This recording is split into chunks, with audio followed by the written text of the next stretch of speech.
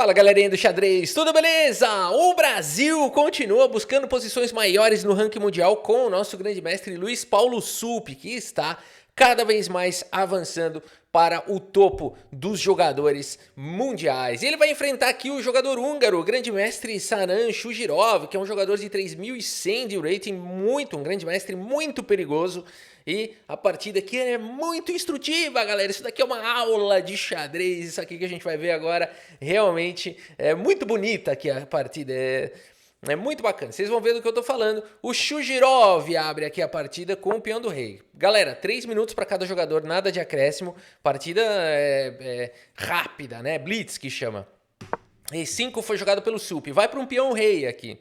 Depois de cavalo em F3, cavalo C6, convidando aqui para uma abertura Ruy Lopes, que é o que foi jogado. Em geral, Rafa, dá para jogar outras coisas aqui, uma italiana, dá para jogar. Dá para tentar ir para uma 4 cavalos também. Em geral, o mais jogado aqui é o bispo B5, não significa que é melhor que os outros, mas é o mais jogado. Vai para linhas complicadíssimas. A Ruy Lopes é uma das primeiras aberturas que a gente aprende, né? O nome, inclusive, a abertura espanhola também há quem diga. E é uma das últimas que a gente realmente aprende a dominar, né? Se é que dá para dominar, porque ela é muito profunda, muito complexa, né? Então vamos ver como segue aqui A6, indo para a defesa morphe. Temos o lance bispo em A4, cavalo em F6. Por enquanto isso daqui é super jogado. O peão aqui central está atacado. D3 faz a proteção, existem outras maneiras também de continuar. E aqui, existe por exemplo aqui o lance muito jogado aqui é roque, deixando esse peão e por aí vai. Mas aqui D3 foi jogado, Supi segue com D6, garante a proteção do peão, porque já existia aqui sim uma ameaça, esse peão agora está protegido. Existe, queira ou não, uma ameaça aqui de ganhar um peãozinho, né, de graça. Não tem mais... Aqui, ó, nessa posição, não dá para ganhar o peão, porque você joga isso daqui e esse peão tá solto. Aí você joga um dama D4 aqui e vai recuperar material e as pretas não tem nenhum problema na posição. Mas quando é jogado aqui o lance D3, já não existe mais a possibilidade da captura desse peão e tomar aqui e ganhar e tomar esse peão é uma ameaça real, né? Então D6 faz a proteção, C4 foi jogado, parafusando a casa central clara, bispo G4 foi jogado pelo Supi. Interessante a leitura dele. Uma vez que C4 não luta mais pela casa central de D4, o Supi tenta enfraquecer ainda mais o controle das casas escuras. E mesmo sabendo que vem um H3, então quando o Supi jogou esse lance, ele sabe que o adversário vai jogar H3 e ele sabe que ele não vai recuar, porque se ele recuar aqui, vai estar perdendo a vez, vai jogar um bispo D7 aqui, não, deu um lance para o adversário, deu H3 de graça para o adversário, era melhor ter jogado o bispo D7 direto. Então por que o Supi fez isso? Porque ele sabia que ele ia capturar esse cavalo. E por que, Rafa, se o próprio Supi fala nos vídeos dele que o bispo é superior ao cavalo, o bispo vale, essa história de que todo mundo vale 3, esquece isso aí, o bispo tem maior alcance e tudo mais. Por que o Supi fez isso? Porque aqui tem um motivo especial, aqui existe um controle de uma casa central e a posição ela é semi-abela, né? Inclusive quase fechada, né, a posição, os cavalos brilham, então tem toda a característica da posição. Cavalo D7 foi jogado pelo Supi, ele vai para um plano, olha o que ele vai fazer aqui, cavalo D7... Esse lance faz o que, Rafa? Esse lance sai da frente dessa diagonal. Olha o que ele pensou aqui. Olha o que ele vai fazer. Bispo E3 foi jogado reforçando a casa clara, mas agora G6. Opa, não é possível. Ele vai fazer um fianqueto com o peão na frente. Essa é a casa de interesse. E a partida segue com o lance cavalo C3. Notem que não dá para jogar aqui o peão, por enquanto essa casa está dominada. Você poderia até pensar em tomar aqui e depois avançar, se você realmente quiser resolver esse problema, mas aí as brancas não tem mais o par de bispos. Notem o dilema das brancas, né? Então o Supi deu o par de bispos aqui para o adversário, mas não é fácil manter. Tanto que cavalo C3 foi jogado tentando manter o par de bispos, mas agora bispo G7 consolida o domínio de D4 para sempre. A partida segue com roque, coloca o rei em segurança, o Supi faz a mesma coisa. E aqui temos o lance torre de A em D1, mais uma vez a casa de D4 continua em disputa e o Supi ocupa a casa central de D4, atacando aqui a dama e a dama já não tem tantas casas boas assim, vai jogar aqui dama em G3, a dama fica sem atuação nenhuma, o cavalo tá vindo para C5, quer dizer, de repente as pretas começam a ganhar iniciativa. E aí então o Shujirov, percebendo os seus problemas, fala: tudo bem, eu não preciso mais do par de bispos, é melhor eliminar essa casa tão forte aí, bispo toma, peão toma, foi jogado, e cavalo E2 começa a colocar uma pressão, e as brancas vão apostar uma maioria de 4 contra 3 na ala do rei aqui, talvez, vamos ver, ainda tem um desafio aqui que é esse peão central. A partida segue com um lance de tirar o chapéu aqui do Sup. Esse lance é de cair o queixo aqui. O próximo lance do Sup, que é o lance B5. Que lance bonito aqui, bem o estilo do Sup, né? O estilo, muitas vezes, ele combina, né? O entendimento posicional com muito ataque, né? Ele é um jogador de ataque e muitas vezes envolvendo golpes táticos. Então aqui, olha o que ele encontrou, um ataque com o lance B5. Aqui, se as brancas quiserem ganhar um peão, se sentirem ambiciosas, o Sup fica bem primeiro com o lance cavalo E5 atacando a dama, e quando a dama vier para F4, não precisa defender esse peão, porque tem o lance dama B8 e não dá tempo de capturar aqui o peão, porque dama B6 faria um ataque nas duas peças e aqui fica insustentável, né? Fica insustentável, o Sup acaba ganhando material.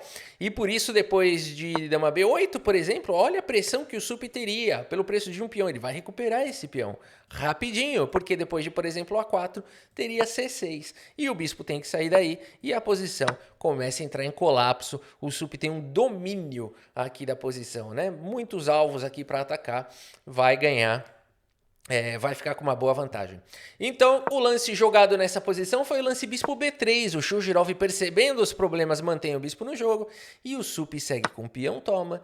E depois de bispo toma, cavalo em E5. Pera aí, Rafa. O Sup deu o par de bispos para o adversário no começo da partida. E agora não apenas o adversário não tem mais o par de bispos, como ele vai cair no final de bispo contra cavalo.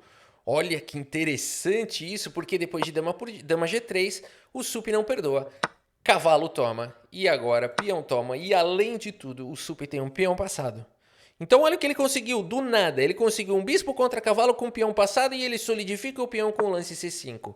Muito melhor para as pretas aqui. Rafa, você tá falando que tá muito melhor, o computador tá falando que tá com igualdade. O computador aceita tudo, pessoal. O computador vai jogar essa posição aqui, computador máquina contra máquina, e vai empatar. Não significa que as pretas não estejam melhores, porque aqui a gente tá falando de ser humano, né? Ser humano, com o relógio fazendo tic-tac, né? Difícil jogar contra um peão passado. Vamos ver como segue o jogo. O Shujirov tem uma ideia interessante aqui. Ele segue primeiro com o lance cavalo C1, que é o lance do livro. Qualquer livro de estratégia, se você estudar, fizer um curso de estratégia, né? No aplicativo do 8chess, se você baixar lá, tem os cursos de estratégia. Por que esse lance aqui é quase obrigatório? Todo mundo vai falar desse lance, até a máquina, inclusive, aqui concorda que esse é o melhor lance. Porque o cavalo precisa bloquear o peão passado. É a melhor peça para bloquear o peão passado, é sempre o cavalo. Por isso, cavalo C1 foi jogado, e agora torre em E8, o Sup começa a colocar pressão no peão, torre de D em E1, né? Aqui simplesmente não precisa nem deixar a torre aqui, ele deixa essa torre para dar reforço na ala do rei, tá muito claro que o Shujirov vai querer fazer. E o Sup segue com o lance dama D7. Esse lance aqui é muito bacana, porque de D7 a dama ganha acesso a casas claras, que vão ser importantes aqui para começar a bater no peão central. O Shujirov segue com as suas ambições na ala do rei com o lance F4, e agora apostando aí que essa peãozada pode dar trabalho. Sup segue com o lance dama C6, continua botando pressão no peão central. A barrinha aqui dá uma caída, preferia o lance dama B7, porque traz uma ameaça dupla, mas tudo bem. Dama C6 foi o lance jogado, continua ganhando a iniciativa. Dama em F3, o Shujirov faz essa defesa. E agora o bonito lance torre A7, ou seja, a pressão no peão central é um fato. A partida segue com o lance torre E2, preparando também para dobrar as torres e tentar defender o peão central. O Sup dobra e o Shujirov também dobra para defender. São 3 ataques, 3 defesas, posição instável. E o Sup vai para um lance aqui, galera. Esse próximo lance é de tirar o chapéu mais uma vez. Mais um lance que surpreende. E agora pela profundidade de cálculo mesmo. que é o lance F5. É muito comum a gente ver o tema da sobrecarga numa coluna com a alavanca de peão. Isso aqui é temático e é assim que ganha final, inclusive, né? Quando você tem um peão que é um alvo, você sobrecarrega aquele alvo, joga a alavanca de peão e você acaba ganhando. Mas nessa posição não parece ser possível esse F5. Para pensar um pouquinho. Essa torre aqui está defendida por muita gente, inclusive pelo cavalo. Então não existe uma sobrecarga que ganha material. O Sup deve estar vendo mais alguma coisa aqui. Mais alguma coisa nessa posição. E vai para esse super lance F5, que é mais profundo do que parece. E o adversário, sem desconfiar de nada, segue com o peão, toma, e a gente vê que agora as brancas estão perdidas. Esse lance é um erro fatal. Você consegue enxergar por que esse lance é um erro fatal?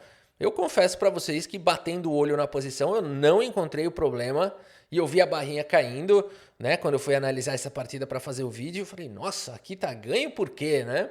E vamos voltar então. O que teria que jogar? E a gente já vai descobrir por que tá ganho. Teria que jogar esse lance e não é uma continuação fácil de encontrar. Porque aqui simplesmente você vai primeiro danificar a estrutura de peões com dama toma, vai capturar o peão central, mas as brancas teriam esse bonito lance cavalo D3. Por isso que a gente fala, a máquina aceita tudo. A máquina ia encontrar essa continuação. E mesmo que o Sup avance o peão e fique com esses dois peões passados e conectados, com um peão a mais no momento, na verdade as brancas conseguem recuperar material. E mesmo depois de um E3, o cavalo volta para bloquear. E apesar de serem dois peões passados e conectados, as brancas meio que montam aqui a sua fortaleza, né?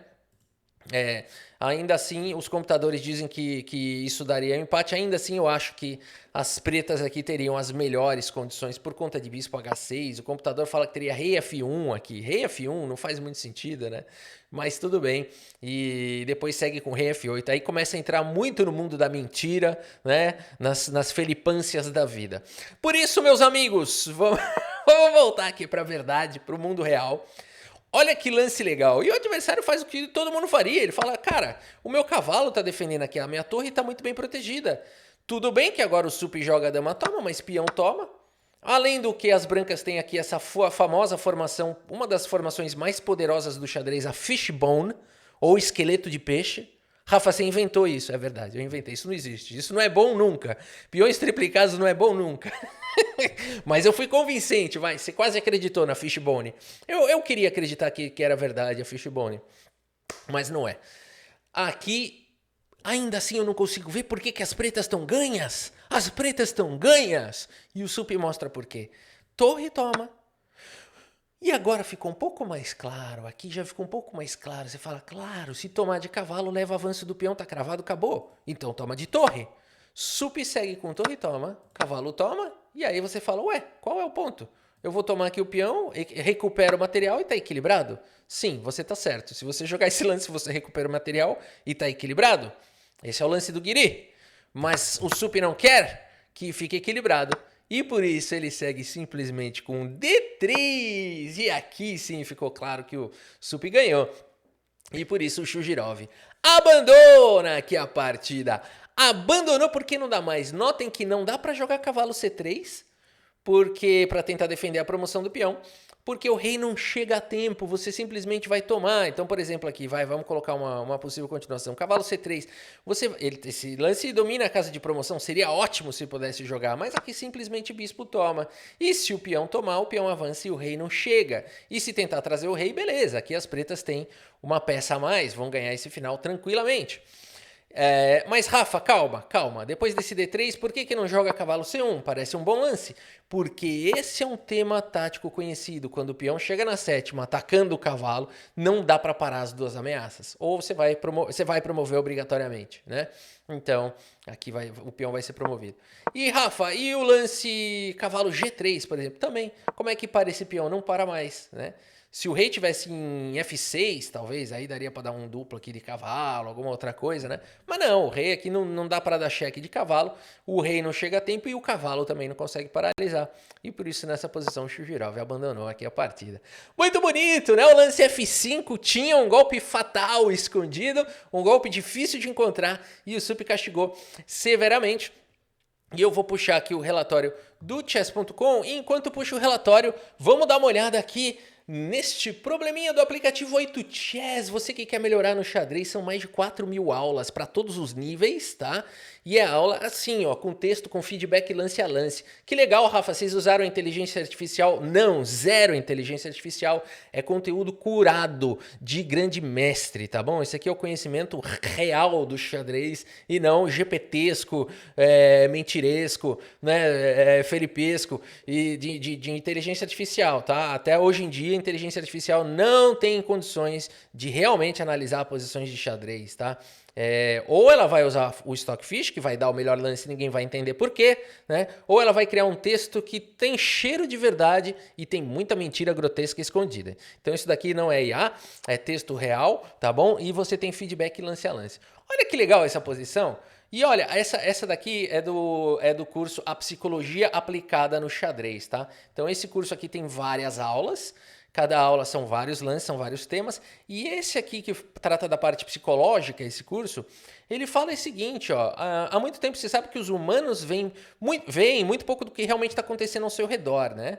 E, na verdade, muitas coisas são completamente invisíveis simplesmente porque a mente humana tem ideias pré-concebidas sobre o que é ou não é possível. Um parênteses, teve até caso dos índios que não conheciam navios, alguns não enxergavam o navio vindo do mar, tá bom? Porque simplesmente o cérebro não reconhecia aquilo, porque eles nunca tinham visto. Tem relatos históricos sobre isso. O cérebro humano às vezes reage dessa maneira. Esse mesmo tipo de cegueira é frequentemente visto no tabuleiro de xadrez, onde ambos os lados acreditam na mesma ilusão insana, ou onde a suposta natureza forçada da sua resposta acaba não sendo forçada de forma alguma. O que ele está se referindo aqui? Ó? É uma possível variante de um jogo de torneio de jogadores com rating abaixo de 1400. Observando a posição, o aluno de peças brancas disse: meu cavalo está ameaçado 2 vezes. E eu não tenho nenhuma peça que possa trazer uma defesa para esse cavalo, é verdade. Portanto, eu devo ou mover o cavalo para B3 ou mover o cavalo para F3. Vejam como o cérebro prega uma peça. Vejam como muitas vezes a gente cai na ilusão por não enxergar, a gente cai na situação da invisibilidade cerebral. E é disso que se trata. Porque é uma ilusão que esse cavalo precisa ser movido daqui. As brancas têm mais coisas para poderem explorar aqui. Existe uma fraqueza na ala do rei aqui bastante forte. Esses peões aqui estão totalmente detonados. E de repente as brancas podem ter uma jogada bacana. E notem que vou fazer um lance aleatório aqui. Um lance que talvez não seja essa a resposta. Eu vou deixar tomar o cavalo. Mesmo se eu deixar capturar o cavalo, será que eu consigo recuperar? Talvez com torre atacando a dama. E quando a dama fugir, porque a dama tem que continuar defendendo o bispo, ela só teria essa casa, de repente eu subo a torre. E a dama não consegue mais defender o bispo, teria que voltar para cá. E eu recupero o material. Então vejam que o cavalo não está realmente ameaçado. Interessante isso, né? E esse direto perde peça, né? Então você tem que fazer alguma coisa que seja mais interessante. Vamos ver se é de repente dama em F3. Não parece um lance bacana? Batendo aqui em F6, batendo no peão central. Parece um bom lance, vamos ver se funciona. Oh, legal, galera, era isso mesmo. E ó, eu realmente não vi essa aula antes para ficar legítimo aqui o que a gente está fazendo, tá? Deixa eu voltar ao lance e fazer um lance errado, só para vocês verem, que legal. Quando você faz um lance errado, você tem o feedback. E aí, ó, chegamos a uma posição chave após dama D2, dama B1, ó, ele faz toda uma análise, né? Atacando aqui o bispo. Então você pode ir movendo aqui as peças no tabuleiro, tentando analisar o que ele está dizendo aqui, bispo D6, C3 para tentar prender a dama, tem toda uma variante aqui que é bem interessante. E agora vamos voltar para a aula, mas o lance está errado. Então, dama F3 é a resposta. Olha que legal, as pretas foram secas aqui, ó. Será que as brancas estão sacrificando uma peça? Sim, elas podem capturar F6, mas isso realmente vale o preço, né, de uma peça? Ou tem algo acontecendo aí que a gente ainda não percebeu? Bom, o branco aparentemente sacrificou uma peça, dizendo ao seu oponente que fará as coisas do seu jeito. E por aí vai, galera. Se você achou isso legal, essa é apenas uma das aulas, das diversas aulas, dos diversos cursos do aplicativo 8chess. Então baixe hoje mesmo para iOS e para Android, tá bom? Eu vou tentar aqui, eu acho que eu tomaria esse primeiro e depois jogaria esse. Será que tá certo? Não. Ah, lance alternativo, não tá errado, ó, isso é excelente, mas apenas se você perceber que não tá sacrificando uma peça, porque depois de torre G8 você vai jogar torre D1 com torre B3. Tá bom, então beleza, não foi errado, seria um lance alternativo. O que o computador quer que eu jogue aqui? O que essa aula vai ensinar? Ah, torre direto, força a dama. Então, mas se eu não tomar agora e jogar esse direto, eu recupero o material, mas ele defende o peão, por isso que eu queria tomar aqui. E ainda é uma alternativa, ó. Pode. Esse movimento forte leva a um final onde as brancas têm um peão a mais. Beleza. No entanto, damos outro movimento como nossa linha principal, porque as brancas sentem que manter as damas no tabuleiro ainda leva a mais devido à posição perigosa do rei exposto. Muito bem. Então, se não é dama F6, eu não preciso querer recuperar minha peça agora. Será que eu posso ameaçar mais alguma coisa? Tomar o peão faz algum sentido para tentar dar cheque depois e expor aqui o rei do adversário? Tem alguma coisa acontecendo que eu não estou vendo? Vamos ver aqui se dama por peão. Lance incorreto. Isso aqui, as pretas mantêm uma peça a mais após C6, seguido de bispo E7. As pretas escapam, olha aí que bacana. Então não, elas ganham esse tempo e depois tiram o bispo, né? Então não funciona. Então vamos recuperar material direto, vai? É isso, ó. Torre B3, legal. As brancas recuperam a peça, ficou com uma grande vantagem estrutural. Então essa aula mostra que dá para pensar no longo prazo aqui, não precisa querer ganhar o peão. Provavelmente as pretas vão defender, mas as brancas vão ter possivelmente maneiras de atacar com E4 e depois atacar o rei exposto, né? Muito legal! Bora! É o aplicativo 8 Chess, baixe hoje mesmo. E bora puxar o relatório do Chess.com. O Sup fez 96,1% de precisão na partida. Notem que a partida foi bem equilibrada, o Sup dominou, né? Isso aqui mostra que o Sup começou a colocar problema e o adversário respondendo aos problemas, mas uma hora ele acabou não encontrando a solução para o F5 e aí foi fatal. E Sup conseguiu essa belíssima vitória. Muito bem, galera. Por hoje é isso. Espero que vocês tenham gostado aqui da partida e do vídeo. Muito obrigado pela sua audiência. Um grande abraço para todos vocês. E até a próxima. Valeu!